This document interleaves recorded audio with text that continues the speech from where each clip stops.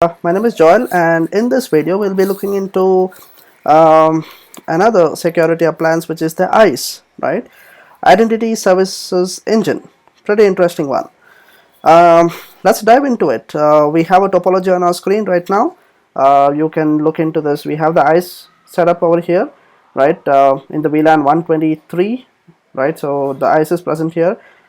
We have three separate networks, which is R1, R2, and R3, right? So R1 corresponds to VLAN 10, R2 corresponds to VLAN 20, R3 corresponds to VLAN 30, right? So we are basically going to call it these three networks corresponding to, say, R1 would be like maybe finance, right? Let's call VLAN 10 to be like the finance VLAN, and the VLAN 20 would be like the sales, and VLAN 30 would be like the marketing VLAN, right?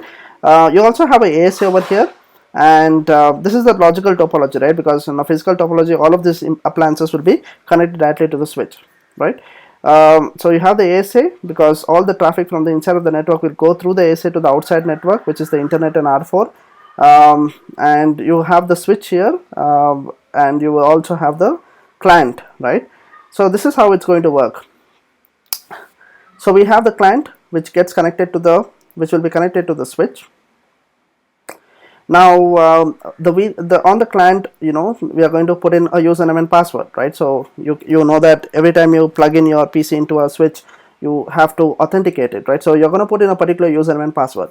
Now switch will use 802.1x authentication, along with ISE to authenticate this particular user. So ISE will use .1x and then authenticate the user, and once it is authenticated, it will decide which VLAN this particular user has to be put into, right? Because let's say if the PC or the client authenticated using the sales credentials, then we will have to take this particular PC and logically put it behind this R2, right? Because it would be part of the sales group, right? Similarly, it could be for marketing or finance and so on, right? So ISE is the one who is going to decide which VLAN this particular PC is going to be put into, right? So once switch receives that information from the ISE, it is going to put the PC in that particular VLAN. Let's assume in this case, the VLAN 20, which is the sales VLAN. Once the PC is logically put here, it will start requesting for IP address, right, through DHCP request. So it will send out a DHCP request outside, and R2 and R3 are basically configured as my DHCP relay agents, which means they will forward the DHCP request to my DHCP server, which is on R1, and R1 will associate or will provide IP addresses to the clients, right? So that's the whole exercise which we are going to do, and probably we might even get some time to see some of the advanced features of ISE. For now, let's get started. So this is the topology, and on the ISE, on GNS3, I have configured the physical topology. Let me show that. Let me bring in the, okay, so this is basically going to be my physical topology, right? So you can see here, this is the switch and all the appliances are connected to it. We are trying to simulate the same thing, but using GNS3. So if you see all my videos, I always try to make use of virtual appliances and not use any physical devices. So in this case also I have tried to do or go with the same approach, right? Great. So let's continue. So let's start configuring, right? So let's start configuring. I actually have the I did not want to waste time, so I have actually put all the configurations in a file. Let me just copy the configuration here, and let me explain each bit of it, right? So let me explain that. Let me just remove this piece though, which is of no use now. I'll explain this piece later. Let's remove this. Okay. So this is the switch configuration, right? What I have on the screen right now is a switch configuration. We are gonna have 4 VLANs. One is VLAN 10, 20, 30, and 123, right? So if you look at the diagram here, you have VLAN 10, 20, 30, and VLAN 123, right? So we need to have this 4 VLANs. 123 VLAN is going to be like the management VLAN, right? We are also creating a SVI for that particular VLAN. Okay, great. So next, so once we do that, we are basically going to put all the ports in the corresponding VLANs, right? So we are going to put the ports in VLAN 10, 20, 30, and 123 as well. So if you look at here, what is the port which should go in VLAN 10? It would be this one, and this one, right? So these three ports are going to be in VLAN 10. This one will be in VLAN 20. This one will be in VLAN 30, and 1, 2, and 3. These three ports are going to be in VLAN 123, which is the management VLAN. So that's the only configuration we have done. We also have put in the username and password for the switch, enabled the secret, basic configuration of AAA, which because we are basically going to use ISE for authentication, right? So you will get to know what this is later while I configure the ISE. And we have also enabled telnet on the switch. Moving down, R1. So if you look at R1, where is R1? R1 is over here, right? And if you look at the logical topology, this is R1. What we are going to do now is configure the IP addresses on R1, R2, R3, and R4, right? Pretty simple.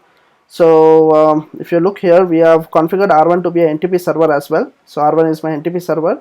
I have enabled AIGRP and advertised two of my networks, two of the interfaces basically. One is 10.0 network and the other one is 123.0 network, right? If you look at the diagram, you can see here, this is 123 network and the other one is the 10.1. This is 123.1. So those two interfaces have been advertised, and they have been advertised inside the AIGRP. We also have configured R1 to be my DHCP server, right? So you can see here, as part of DHCP configuration, we are excluding some of the addresses. We are basically not going to use any address between .1 to .100. So the first address which will be allocated for VLAN 123 will be 101, right? So that's basically what we have done, right? And we are also yeah, so I think that's it. I mean, we need not use option 43 here. I think it was part of earlier configuration, so I can just get rid of this, not read it. Okay, so this is it, right? So we have pools defined here because we need to allocate different addresses for different VLANs, right? So VLAN 10 should be in 10.0 range, whereas VLAN 20 will be getting addresses from 20.0 and 30.0 correspondingly. So that's my DHCP server, right? R2, what is R2? R2 is basically nothing but, again, basic IP address configuration, the R2 network, and advertising it in AIGRP. Same thing goes for R3 as well. The IP addresses have been configured and they are advertised in AIGRP. Mind you that we have also put helper address because R2 and R3 are going to be like your DHCP relay agents. R4, what are we doing in R4? R4 would be basically my internet router, right? So you need not put that in AIGRP, you just need to put an IP address on it, which is 20.4, which is 20.4, 192.120.4. So this is that address, right? R4. And yeah, so you have the line VTY over here, which is the telnet configuration. The last part is the ASA. ASA, we need to configure like I said, all the traffic in the network passes through the ASA. So you have the inside network, this is the outside network, you have the inside network here, and we have also defined a static route, right? So by putting this static route, and what we are doing is we also have enabled AIGRP on the ASA, and we have redistributed the static route inside AIGRP, right? As a consequence of this, what happens, this all the routers in the network will have a default route which will be pointed towards the inside interface of ASA, because we want all the traffic to go from the inside of the inside of ASA and through the ASA, right? That's the whole idea of firewall. We also have enabled PAT here, right? Not compulsory, but I have done it because in any ASA, generally when you have traffic going outside the network, and if the outside of the network wants to access any resources from the inside, you would need to have PAT. I've also enabled ICMP, right? Because in case you want to ping the outside network, so I've enabled ICMP as well. So that's the whole configuration. Let me start taking pieces of this and putting it on the routers, right? So let's start with the switch. So here is the switch, and there you go. So while that gets pasted, let's pick the configuration for R1.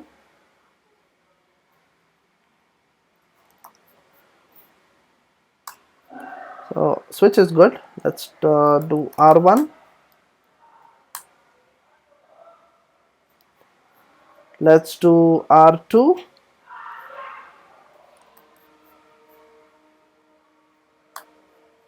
Right, where is R2? This is R2.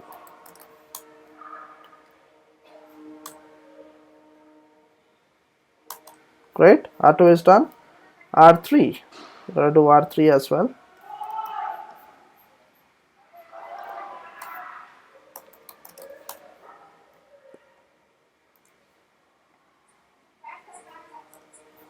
R3 is good. R4, let's put R4, which we put it up here, so it's going to be R4. Sorry,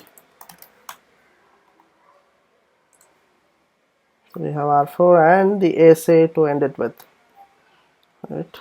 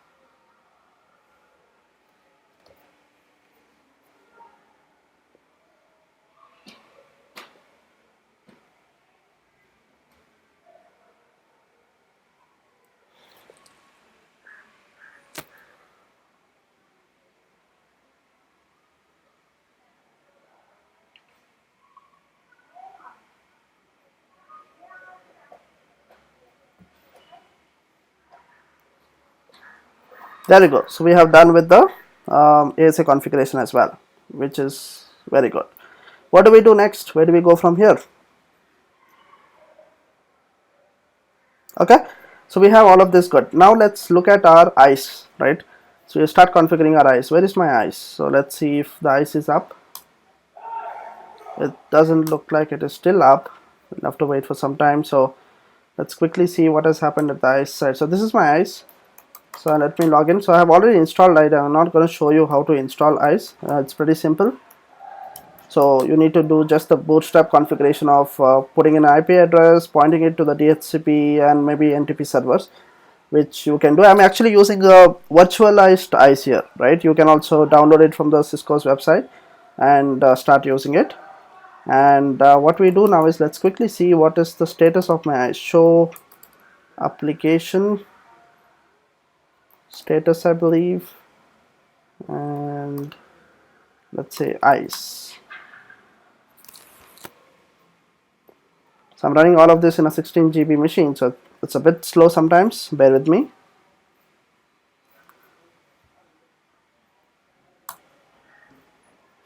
It's not at come, which means I believe the application is not at up.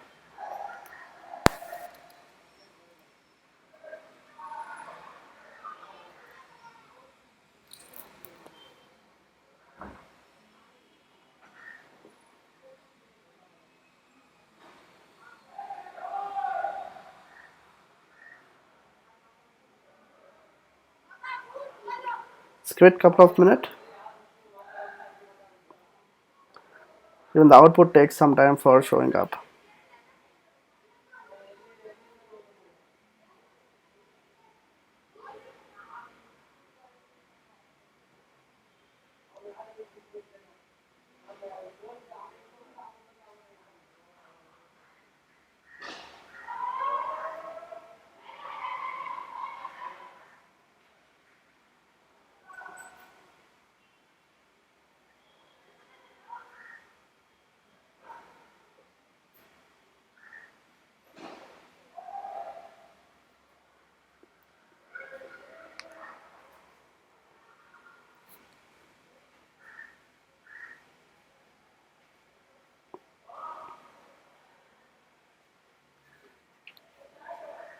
There we go. You can see that the application server is still initializing, right? You can see here only when this application server is running, that means that the ISE is working. So we will probably have to wait for a few more minutes until that happens.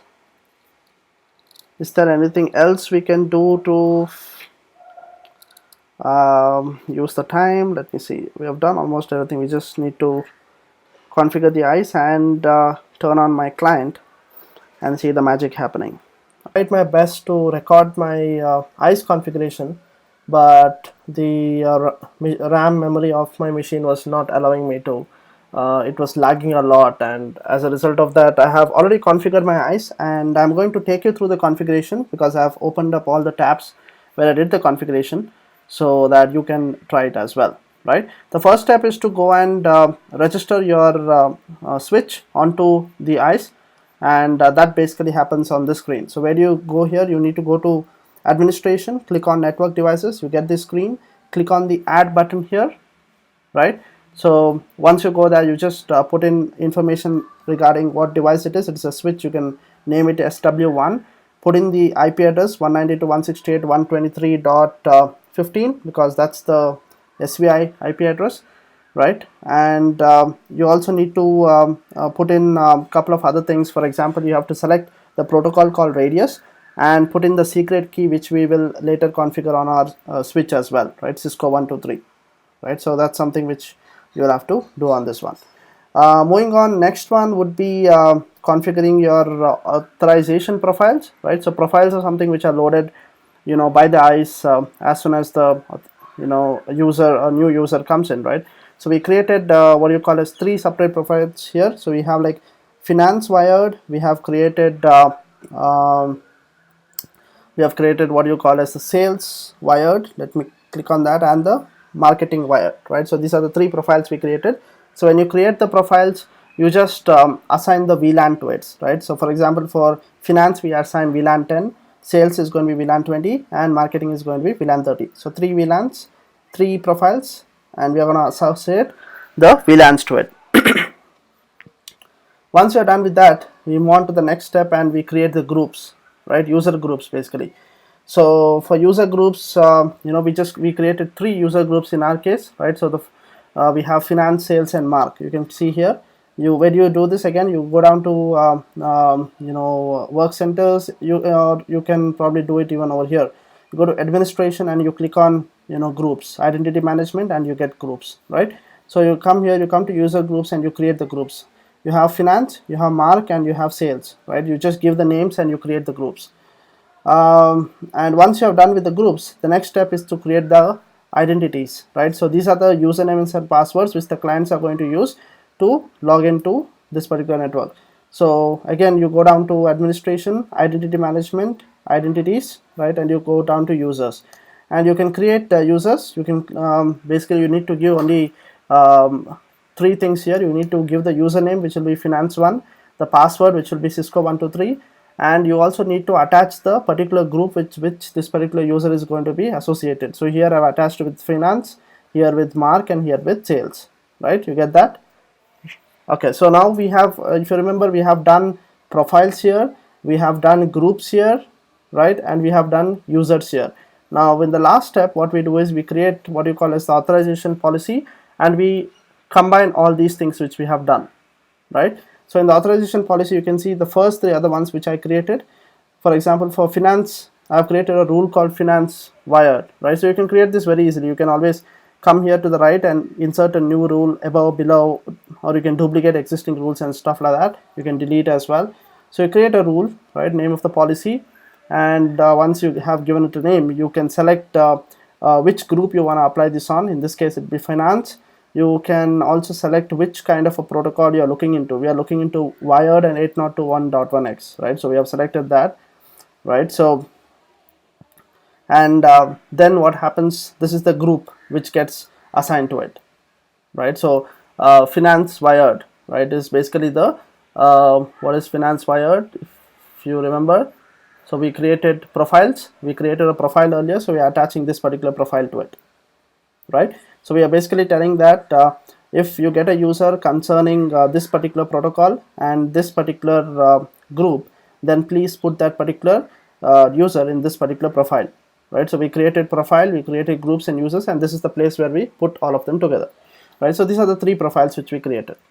Okay, so we are done with the configurations on the ISE. So I think now we can slowly start. Okay, there is one more thing which I wanted to show you. So ISE also gives you a feature wherein you can literally automate what commands have to be put in on the peer, right? In this case, the peer is the switch. So there need to be certain configurations which you need to put on the switch so that the whole setup or the whole 802.1x works, right? So what you can do is you can use this tool called as diagnostic tools, right? So where do you go get diagnostic tools? You can go down to probably where do you get this? Operations. You can go down to operations, troubleshoot, and diagnostic tools. So you select that, you select what you call as this particular feature, evaluate configuration validator, and you put the IP address of your switch, right? 192.168.123.15, and you also put the login credentials of the switch. And ICE will quickly poll the show running configuration of your switch, and it will see the missing configuration and it will provide you here. So in this case, it has already provided me the missing configuration of the switch, which I need to put on the switch to make the whole setup work, right? So now what I'll do is let me put that configuration on the switch. I have it here. I should probably have it here, right? So I have built the configuration of the switch. Let's copy that. So this is the whole configuration on the switch which is needed. So we have certain AAA related commands, right? This is going to be, you need not memorize this because it's going to be given by your ICE. You can just do some relevant changes as to with the IP addresses and the server keys, and the rest of the thing will remain same, right? This is the interface on which our client is going to come in, so we need to do some .1x configuration on that as well. And then you have some logging related configuration and radius related configuration, right? So let me just copy this piece, and let me take this and put it on our switch, which should be here, right? So this is my switch.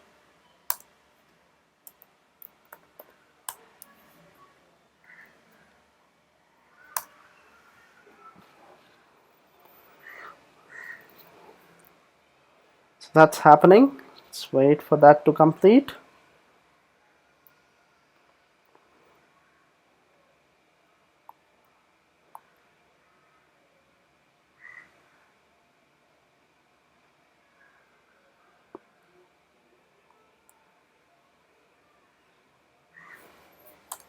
Looks good. So this is the interface. Let me explicitly do a no shut on the interface in case it is shut, right? So we are good with that. Let me clear the screen a bit. Okay, so we have put all the configuration which is needed on the switch as well, the 802.1x rated configuration. Now let's go to the client. So this is the client which is very useful for us, right? So this is a very important client. So what we'll do is let's go to the client. This is the client, right? If you look here, let's do IP config.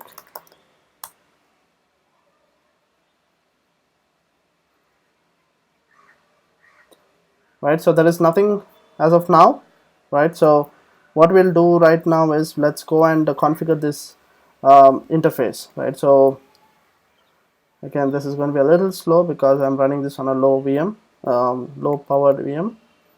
Let's go to properties.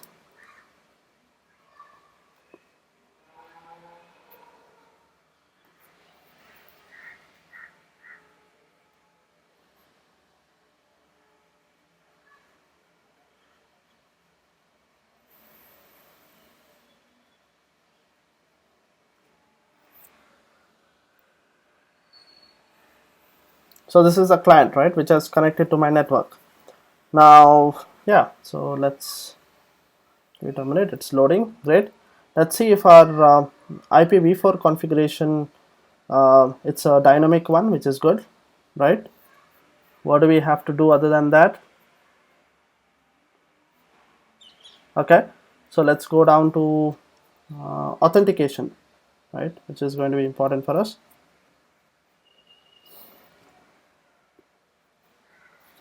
Apologies, it's a bit slow, but it's going to give us results. Yeah, so we are in authentication now, and look at the piece here. We have checked the 802.1x, which is important, right?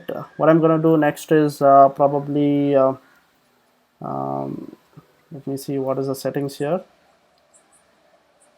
Okay, so I need to uncheck this as well. You don't want a server to verify your certificate.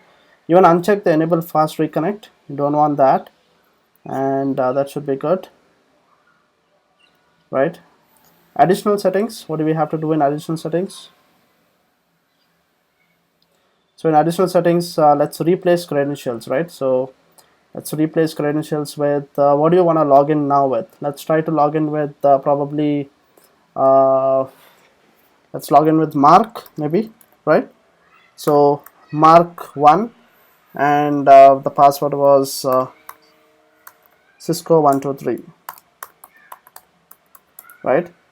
So ideally when I try to do this, what should happen, right? So I'm trying to log in the client through the credentials of Mark. So when I do that, I need to be authenticated, right? And I should be assigned IP address by the DHCP server. Let's see if that works. So I'm going to click on OK here.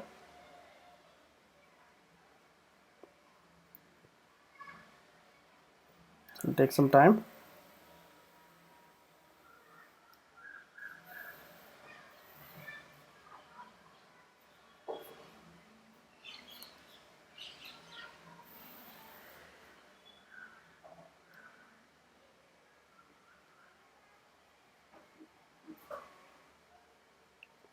It's attempting to authenticate, right? You can see here it's trying to authenticate for the client. Okay, so you can see authentication was successful here, right? So you can see it is enabled and connected, and it is successful. So what you can do quickly now is check the IP address what was assigned. Let's do IP config.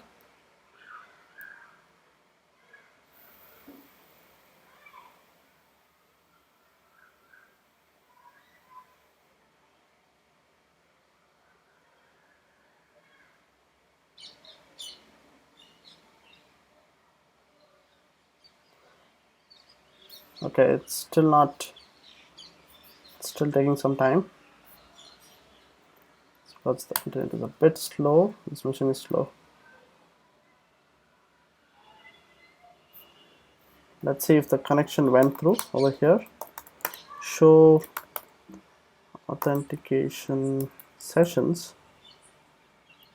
interface Ethernet 2/0, right? So you can see here Mark 1 is the username, the VLAN is 30, and authentication has been successful. Okay, so let's just close this command prompt and get it up again.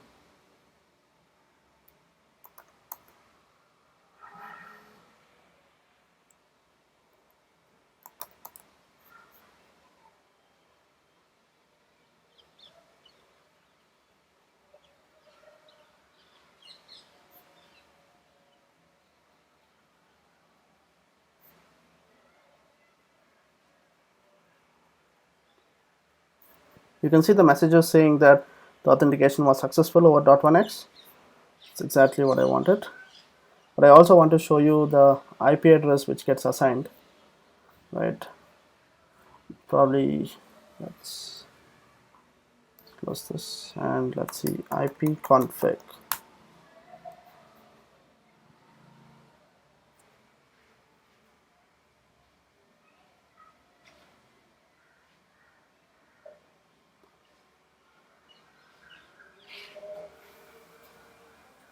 Yeah, so that's what I wanted to show you. You can see that it got assigned IP address of 192.168.30.102, right, which is basically in the which was obtained from the DHCP, right?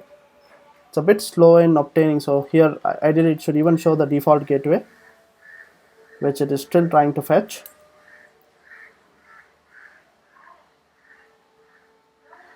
It's just because the system is super slow, right? Otherwise it should have been obtained very quick.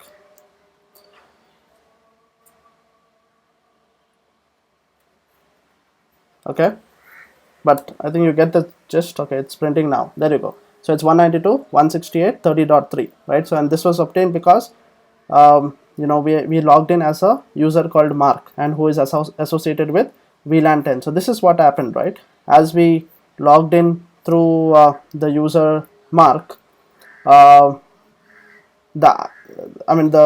this was the user. We logged in through Mark.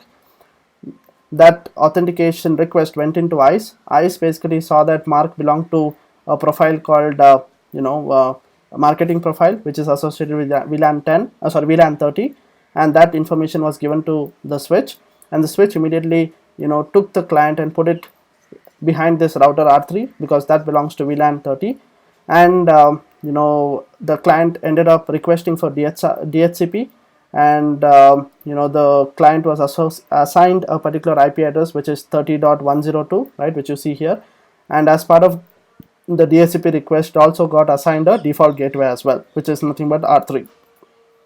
Now I'll show you the actual difference, right? So what we had logged in was using Mark. Now what if I log in through the credentials of sales, right? So let's do that.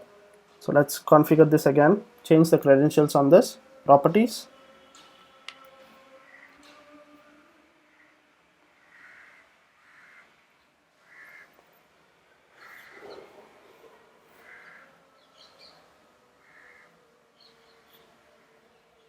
yep. So the properties screen is opening up. Let's go to authentication, the rest everything same. Go to additional settings, replace credentials, and what I'm going to do now is I'm going to log in using the sales, right, sales 1, and the password is going to be Cisco 123, right? So when I do this, click on OK here,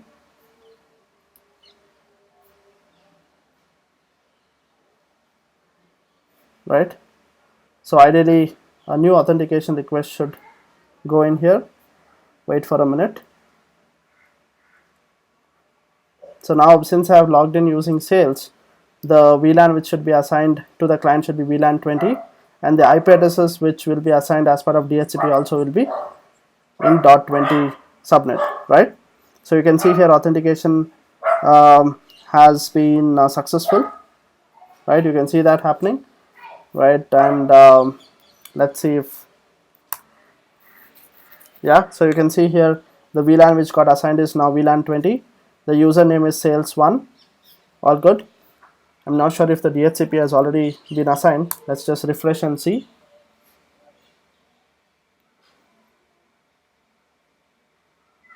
Yeah, so you can see the clear difference here. Earlier the IP address which was assigned was 192.168.30.102 because the ICE put this particular device in VLAN 30. Now it has assigned a different IP address which is .20.101, and the default gateway is also .20.2. The reason being the ICE has observed that there was a change in username password which is corresponding to a different group, and it assigned the IP address is corresponding to the sales group, right? So that's how we were able to authenticate this client using ICE, and now since once this is done, it will be able to reach out to the outside world, which is 192.1.20.4.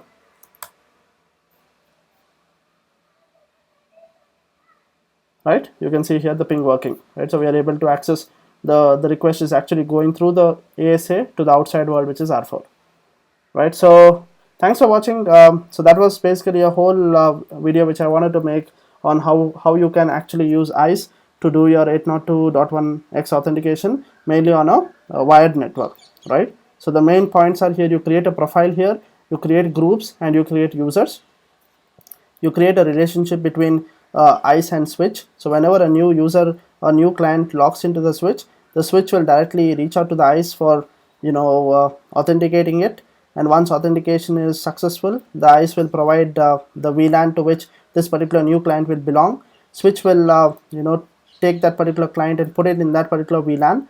And since we have configured R1 to be my DHCP server, the client will send out a DHCP request which will be received by R1, and the R1 will assign an IP address for the client.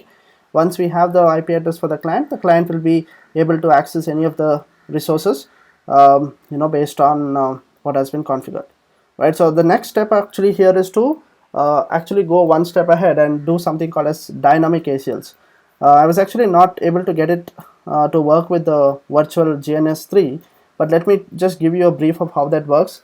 So what you can do here is that you can go down to ICE and you can basically create something called as dynamic ACLs, right? You go down to ICE and create dynamic ACLs. So now when a client logs in, not only the VLAN is provided to switch, but also the dynamic ACLs which you configured on this on the ISE for a particular profile will be also provided, and the switch is going to download those ACLs, and those ACLs will be applied on the port Ethernet 2/0, right? So that's an interesting thing which you can explore, the dynamic ACLs, but probably you can try it if you have physical devices. Yeah, so thanks a lot, and keep watching for new content. Bye.